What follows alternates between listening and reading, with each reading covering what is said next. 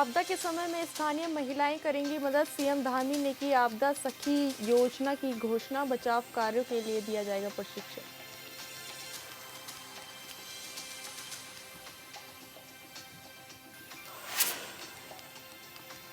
आपदा में लापरवाही की मिली शिकायत तो कार्रवाई तय। सीएम धामी का अधिकारियों को सख्त चेतावनी। समय से पहले सभी तैयारियां कर ले पूरी।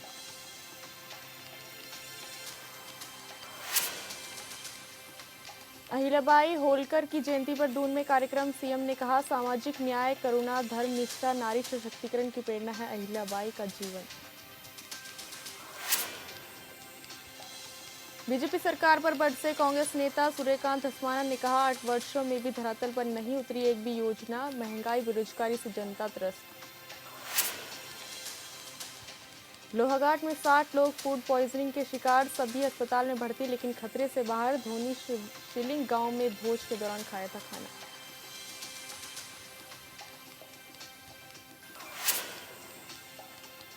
हेमकुंड साहिब में दिन प्रतिदिन बढ़ रही तीर्थयात्रियों की संख्या। अब तक 14,000 से ज्यादा श्रद्धालुओं ने लगाई गुरु दरबार में हाजिरी।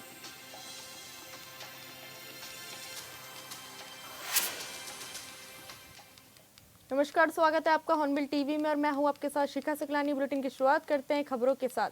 देहरादून में पुण्य श्लोक अहिल्याबाई होलकर की 300वीं जयंती के अवसर पर कार्यक्रम का आयोजन किया गया, जहां कार्यक्रम में बीजेपी राष्ट्रीय महासचिव विनोद तावड़े और मुख्यमंत्री पुष्कर सिंह धामी ने अहिल्याबाई होलकर की प्रतिमा पर पुष्प अर्पित किए। इस मौके पर बीजेपी राष्ट्रीय महासचिव विनोद तावड़े और प्रदेश अध्यक्ष महेंद्र भट्ट भी मौजूद रहे।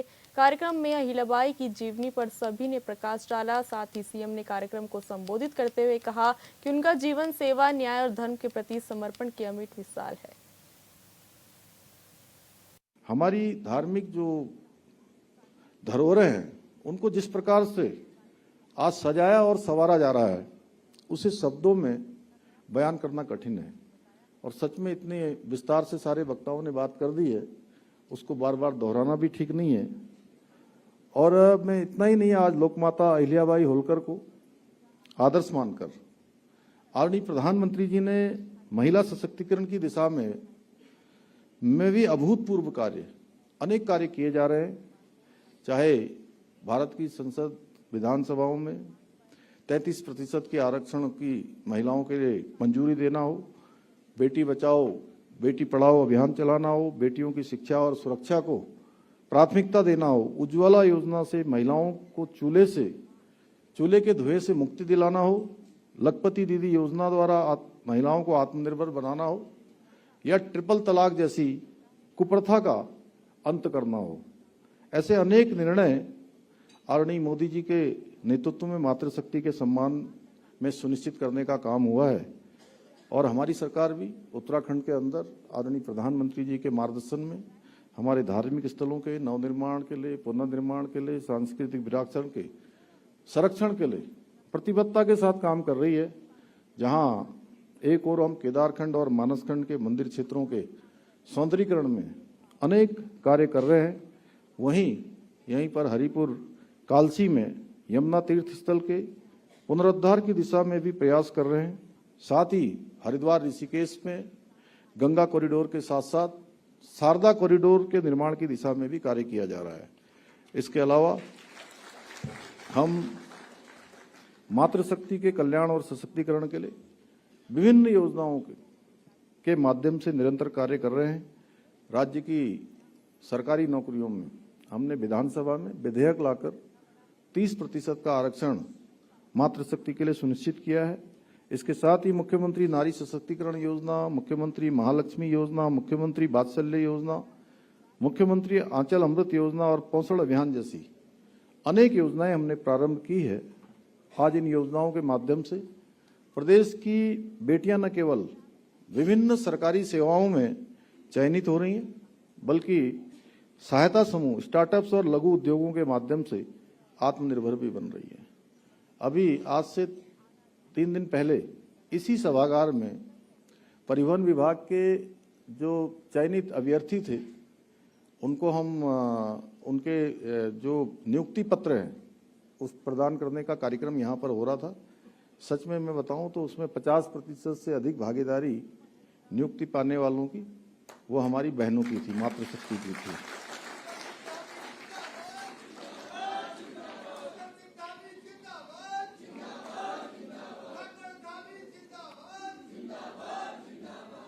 साथियों, हमारी सरकार देवभूमि उत्तराखंड के सांस्कृतिक मूल्यों और डेमोक्रेसी को भी संरक्षित रखने को पूरी तरह से संकल्पबद्ध है और उस दिशा में निरंतर कार्य कर रही है। इसी संकल्प के साथ हमने प्रदेश में लैंड जिहाद, लव जिहाद और थूक जिहाद जैसी घृणित मानसिकताओं के खिलाफ कड़ी कार्रवाई सुनिश्चित की है। साथ ही प्रदेश में एक सख्त धर्मांतरण कानून भी लागू किया है। इतना ही नहीं, हमने प्रदेश में एक सख्त भू कानून भी लागू कर दिया है, जिससे राज्य के मूल स्वरूप से खिलवाड़ करने वालों के खिलाफ अब सख्त कार्रवाई सुनिश्चित हो सकेगी।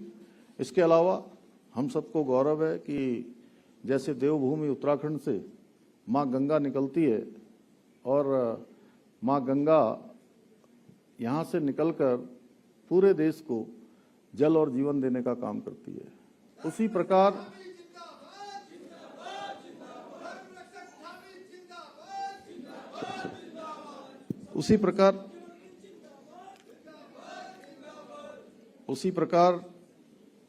समान नागरिक संहिता की गंगोत्री हमारे राज्य से निकल गई है। राज्य के अंदर 27 जनवरी 2025 से प्रदेश में रहने वाले हर वर्ग, हर पंथ और हर समुदाय के व्यक्ति के लिए समान नागरिक संहिता का एक समान कानून सबके लिए यहाँ लागू हो गया है। इसके साथ ही हमने प्रदेश में देश का सबसे प्रभावी नकल कानून भी लागू किया है और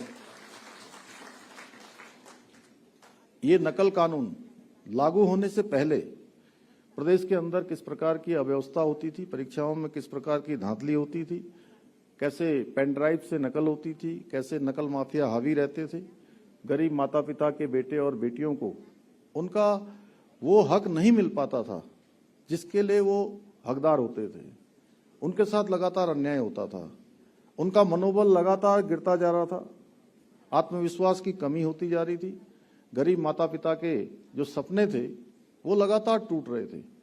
भाइयों बहनों, हमने इसकी शुरुआत की और नकल माफियाओं के खिलाफ कार्रवाई भी की। 100 से अधिक नकल माफियाओं को जेल की सलाखों के पीछे भेजा। नकल माफिया की कमर तोड़ने का काम हमने किया और साथ में देश का सबसे सख्त नकल कानून लागू किया, जिसका परिणाम हुआ कि पिछले 3 वर्षों में 23,000 से अधिक नियुक्तियां अभी तक हम अपने युवा भाई बहनों को देने में हमें सफलता प्राप्त हुई है।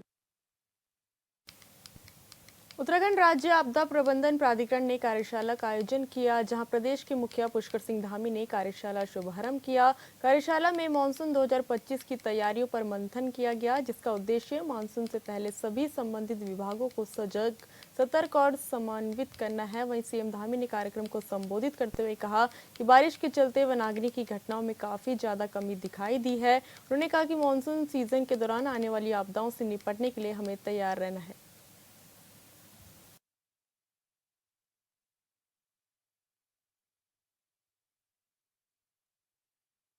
यदि इन सभी इकाइयों के बीच अच्छा समन्वय स्थापित हो जाए, संवाद अच्छा हो, स्पष्ट कार्य विभाजन न हो, तो राहत और बचाव कार्यों में विलंब होगा, जिससे धन भी ज्यादा लगेगा, जन की हानि भी बढ़ सकती है।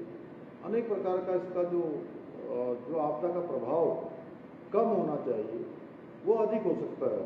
इसलिए विभागीय समन्वय को सुनिश्चित करना ये हमारी पहली प्राथमिकता होनी चाहिए। इसके साथ ही आपदा प्रबंधन में जन भागीदारी का होना भी नितांत आवश्यक है, क्योंकि जो स्थानीय स्तर पर जो जानकारी, जो समझदारी, सूझबूझ उनसे हमें प्राप्त हो सकती है, सच में वो हमारे लिए बहुत आपदा प्रबंधन के समय में मदद का काम कर सकती है।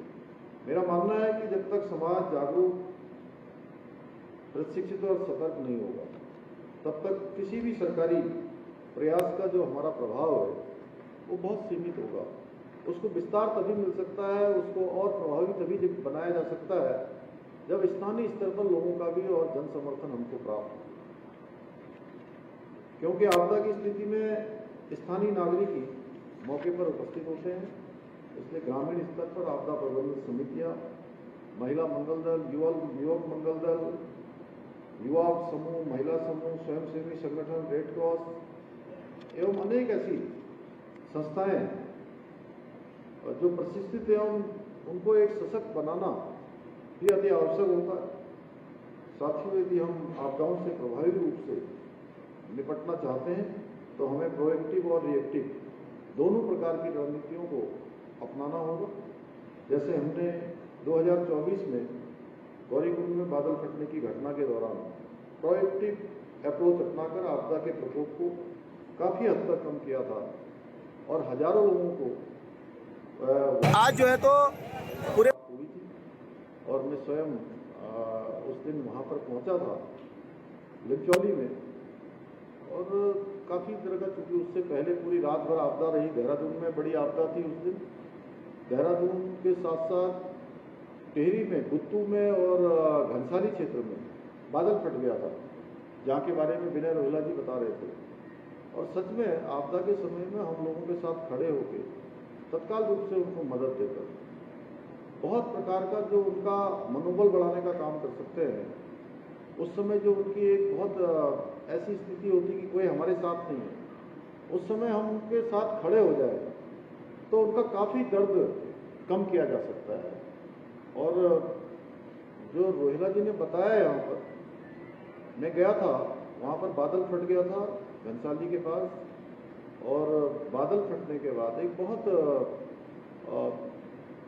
दर्दनाक हादसा वहाँ पर हुआ कि एक बुजुर्ग माता, जिनकी आयु मुझे लगता है कि 100 वर्ष के आसपास रही होगी, 90 से 100 के बीच में, उनके परिवार की, उनका बेटा, उनकी बहू और वहाँ शायद साथ में काम करने वाले कोई, एक छोटा सा होटल था, वो होटल चलाते थे, और रात में बादल फटा और तेज पानी आने के कारण से वो होटल समेत वो सब के सब बह गए। और उनके घर में बहुत भीड़ लगी हुई थी। जब मैं वहाँ पहुँचा तो उनको पता ही नहीं था कि अब मेरे बहू और मेरे बेटे इस दुनिया में नहीं रहे। उनका एक पोता दिल्ली में कोई काम करता था, वो भी रास्ते में आ रहा था, मतलब कोई सहारा नहीं उसके बाद।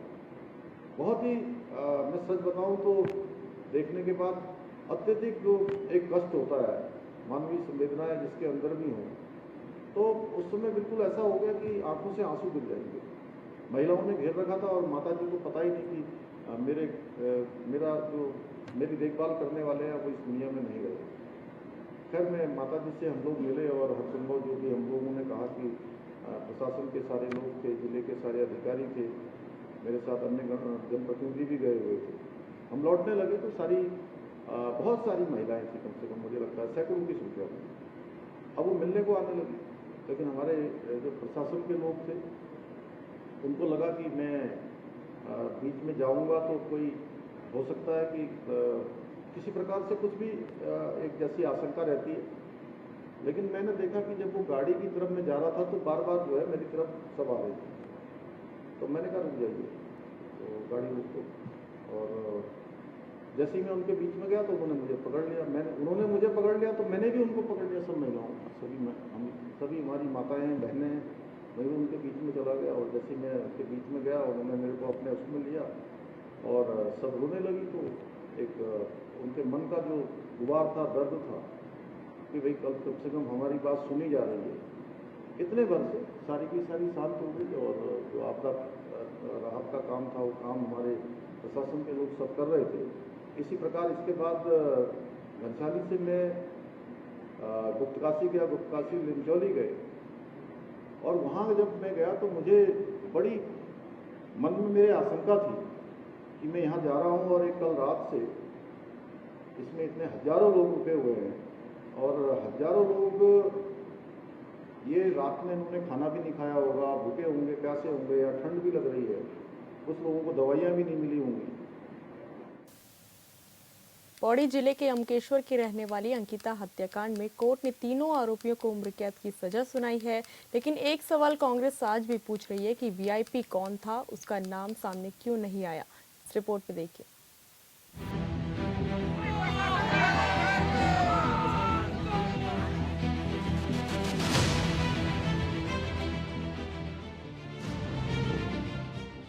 अंकिता भंडारी हत्याकांड के तीनों आरोपियों को उम्र कैद की सजा तो हो गई, लेकिन विपक्ष आज भी सरकार पर हमलावर है। नैनीताल में मीडिया के सवालों पर कांग्रेस प्रदेश अध्यक्ष करण माहरा ने बीजेपी सरकार पर आरोपों की छड़ी लगा दी और पूछा कि इन मामलों पर कार्रवाई कब होगी। हम कोर्ट का पूरा आदर करते हैं। कोर्ट ने सबूतों के आधार पर जो निर्णय देना था उसने दिया, लेकिन अधूरा न्याय इसलिए है कि वो पुलिस की आला अधिकारी जिसने खुलेआम ये बयान दिया कि कमरा वीआईपी था, उसके खिलाफ कब कार्रवाई होगी। क्या अंकिता ने जो मैसेज भेजा था कि एक वीआईपी को एक्स्ट्रा सर्विसेज देने के लिए मुझ पर दबाव डाला जा रहा है, क्या वो गलत थी? मृत्यु से पहले उसने मैसेज भेजा था। उसके बाद वो पटवारियों का क्या हुआ जिन्होंने रिपोर्ट नहीं लिखी थी या रिपोर्ट गलत करी, उनके खिलाफ कार्रवाई कब होगी? करण माहरा ने कहा कि कोर्ट के आदेश का सम्मान है, मगर ये न्याय अभी अधूरा है। कांग्रेस प्रदेश अध्यक्ष ने कहा कि वीआईपी से लेकर बुलडोजर चलाने वाले पर कोई कार्रवाई नहीं हुई। जिस पर पटवारी ने रिपोर्ट लिखने में देरी की, उसको कब सजा होगी। करण माहरा ने कहा कि जब तक इस मामले में सबूत मिटाने वालों पर कार्रवाई नहीं हो जाती, तब तक न्याय अधूरा है। जो डोजर का ऑपरेटर था उसने बयान दे दिया कि किसने उससे डोजर चलवाया, उसके बावजूद भी अभी तक वो विधायक की गिरफ्तारी नहीं हुई जिसने सबूत मिटाए।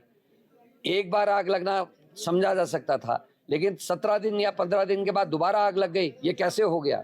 अंकिता भंडारी का पूरा बिस्तर स्विमिंग पूल में कैसे चले गया? कैसे अंकिता भंडारी के कमरे को तोड़ा गया? ये यक्ष प्रश्न है जो हिंदुस्तान के आम आदमी के दिमाग में है, और जब तक वो वीआईपी का नाम सार्वजनिक नहीं होता, पुलिस की उस आला अधिकारी के खिलाफ कार्रवाई नहीं होती, मुख्यमंत्री समेत उस विधायक के खिलाफ कार्रवाई नहीं होती, तब तक ये न्याय अधूरा रहेगा। राज्य के मुखिया पुष्कर सिंह धामी ने कहा कि बेटी अंकिता के साथ अमानवीय कृत्य पर माननीय न्यायालय का फैसला न्याय व्यवस्था में आमजन के विश्वास को और ज्यादा मजबूत करता है। निर्णय के बाद एक संदेश स्पष्ट है कि उत्तराखंड में कानून का राज स्थापित है और बेटियों की सुरक्षा से कोई समझौता नहीं किया जा सकता। उन्होंने कहा कि हमने पहले ही दिन स्पष्ट कर दिया था कि इस मामले में कोई कोताही बर्दाश्त नहीं की जाएगी, न जांच में, न न्याय में और न ही कार्यवाही में। हमारी जिम्मेदारी थी कि समाज को ये संदेश जाए कि अपराधी चाहे जो भी हो, वो कानून से ऊपर रहे। अंकिता भंडारी पहाड़ की बेटी, पहाड़ की बहन, जो भी घटना हुई उसका हमें बहुत दुख हुआ, बहुत कष्ट हुआ। और जिस दिन ये घटना हुई, जैसे ही हमें जानकारी मिली, हमने संकल्प लिया कि हम निश्चित रूप से हमारी पहाड़ की बेटी को, पहाड़ की बहन को न्याय दिलाएंगे। और जानकारी होते ही तत्काल हमने सभी जितने भी हमारी जांच करने वाली एजेंसियां थी, पुलिस विभाग था, सभी को निर्देश दिए कि तत्काल इनकी गिरफ्तारी होनी चाहिए। जितने भी आरोपी हैं उनकी तत्काल गिरफ्तारी हुई। और उसके बाद महिला आईपीएस अधिकारी की अध्यक्षता में एसआईटी का गठन किया गया। उसने पूरी जांच की, एक एक पहलू का अध्ययन किया, सारे सबूत जुटाए। फैसला आया है, उससे समाज में यह संदेश गया है कि अपराधी चाहे जो भी हो, वो कानून से ऊपर नहीं है। और इस प्रकार के जो फैसले हैं वो आने वाले समय के लिए भी एक साफ संदेश है, एक नजीर है। और देवभूमि उत्तराखंड में कोई कितना भी बड़ा हो, कितने ही लंबे उसके हाथ हों, लेकिन कानून से वो बच नहीं सकता, किसी कीमत पर छूट नहीं सकता। इधर हरिद्वार से सांसद त्रिवेंद्र सिंह रावत ने अंकिता भंडारी हत्याकांड पर कोर्ट के फैसले का स्वागत करते हुए कहा कि इस मामले में जिस तरह से जनता की नाराजगी और आक्रोश सड़कों पर दिखाई दे रहा था, वह न्याय की गूंज थी। उन्होंने कहा कि लोगों ने लगातार आंदोलन कर न्याय की मांग की है और अब कोर्ट ने तीनों आरोपियों को उम्र कैद की सजा देकर जनता की भावना को सम्मान दिया है। देखिए, जिस तरह की वो घटना हुई थी, जिस तरह से उस घटना को अंजाम दिया गया था, और जिस तरह से पूरे प्रदेश में उस विषय को लेकर एक गुस्सा था, आक्रोश था, थोड़ा देर से सही, लेकिन न्यायालय ने आखिर जनता की जो उम्मीदें होती हैं न्यायालय से, इस तरह का निर्णय दिया है। अंकिता के परिवार वाले आरोपियों को फांसी दिलवाने की मांग कर रहे हैं और विपक्ष उस वीआईपी सहित पटवारी पर कार्रवाई की मांग कर रहा है। अंकिता भंडारी ने मित्र पुष्पदीप के साथ बंत्रा रिजॉर्ट में होने वाले अनैतिक कार्यों की बात साझा की थी। उसने बताया था कि रिजॉर्ट में एक बड़ा वीआईपी आने वाला है। ये भी बताया था कि पुलकित आर्यन उस पर वीआईपी को अतिरिक्त सेवा देने का दबाव बना रहा है। लिहाजा वीआईपी कौन है, उसको लेकर विपक्ष जो सवाल उठा रहा है वो आज भी वही सवाल है। Bureau report, Hornbill TV.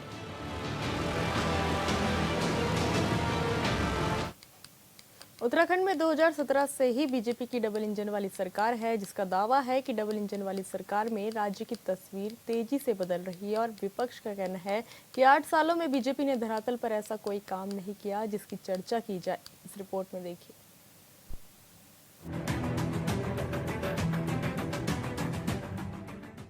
Uttarakhand सरकार ने भरारी सैंड में अंतर्राष्ट्रीय योग दिवस के अवसर पर कार्यक्रम आयोजित करने का फैसला किया है, जिस पर कटाक्ष करते हुए उत्तराखंड कांग्रेस के प्रदेश उपाध्यक्ष सूर्यकांत धस्माना ने कहा कि उत्तराखंड देवभूमि है, यहाँ सब योग करते हैं। सरकार को कैबिनेट में ऐसा फैसला लेना चाहिए जिससे बेरोजगारी कम या महंगाई से त्रस्त जनता को राहत मिले। उत्तराखंड तो वैसी देवभूमि है, सब लोग योगा करते हैं। योगा आप कैबिनेट में ऐसे फैसले करिए जिससे राज्य के बेरोजगार नौजवानों को रोजगार मिले।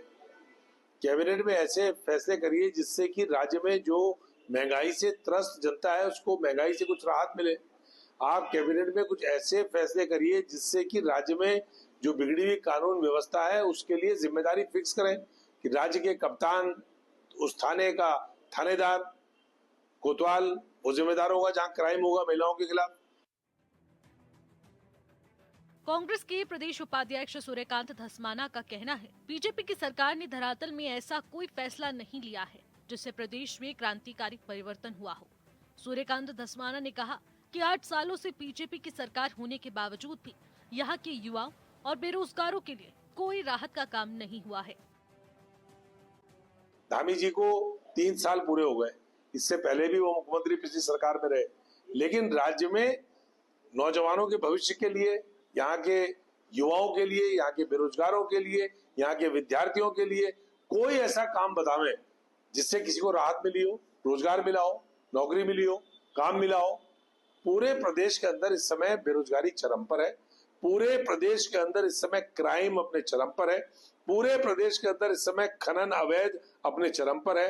शराब की ओवर रेटिंग अपने चरम पर है। कोई काम, अच्छा काम ऐसा नहीं है जिसके लिए आज राज्य जो है वो जाना जा रहा हो। मैं समझता हूँ प्रदेश की सरकार को ठोस काम करने चाहिए जो जनता के हित में हो। उत्तराखंड के मुखिया पुष्कर सिंह धामी लगातार ये दावा करते आ रहे हैं कि सिर्फ 3 वर्षों में 23,000 से ज्यादा युवाओं को सरकारी नौकरी दी गई है। इधर विपक्ष कह रहा है कि आज भी युवा रोजगार के लिए दर दर की ठोकरें खा रहे हैं। Bureau report, Hornbill TV. Haridwar नगर निगम जमीन घोटाले की जांच पूरी हो गई है। जांच अधिकारी आईएएस रणवीर सिंह ने जांच रिपोर्ट सचिव शहरी विकास नितेश झा को सौंप दी है। सूत्रों की माने तो 100 पन्नों से अधिक की इस रिपोर्ट में भूमि खरीद प्रकरण में 2 आईएएस और 1 पीसीएस अधिकारी भी संलिप्तता में पाए गए हैं। इस रिपोर्ट में देखिए। हरिद्वार नगर निगम क्षेत्र में जमीन घोटाले में जल्द बड़ा एक्शन हो सकता है। मामले की जांच कर रहे सीनियर आईएएस रणवीर सिंह चौहान ने अपनी जांच रिपोर्ट सचिव शहरी विकास को सौंप दी थी। सूत्रों के मुताबिक जांच रिपोर्ट में तत्कालीन प्रशासक और एसडीएम की भूमिका संदिग्ध है, जबकि इस मामले में नगर निगम के 4 अधिकारी पहले ही सस्पेंड किए जा चुके हैं। ऐसा है, जब हमने नगर निगम का कार्यकाल संभाला तो हमारे संज्ञान में ये मामला आया भूमि को लेके, तो हमने इसकी जांच के आदेश दिए और हमने मुख्यमंत्री जी को यह निष्पक्ष जांच करने के लिए कहा और उन्होंने तुरंत इस पे निष्पक्ष जांच की है। मामले में बड़ी कार्रवाई के अंदेशे से नगर निगम हरिद्वार और जिला प्रशासन के अधिकारियों में हड़कंप मचा हुआ है। वहीं हरिद्वार के मेयर भी जांच से बेहद संतुष्ट हैं। मेयर का कहना है कि मुख्यमंत्री पुष्कर सिंह धामी के निर्देश पर निष्पक्ष जांच हुई है। उम्मीद है कि दोषी अधिकारियों पर जल्द कार्रवाई होगी।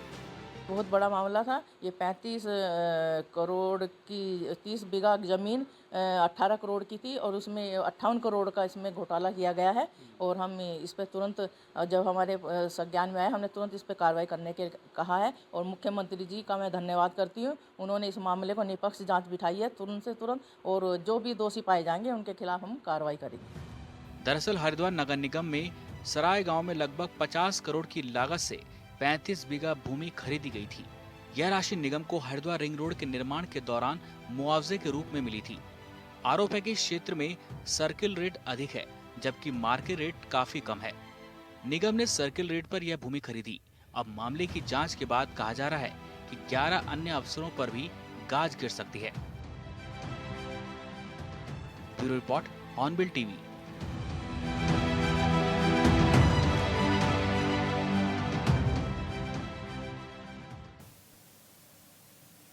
फिलहाल इस बुलेटिन में इतना ही। आप देखते रहिए हॉर्नबिल टीवी। नमस्कार।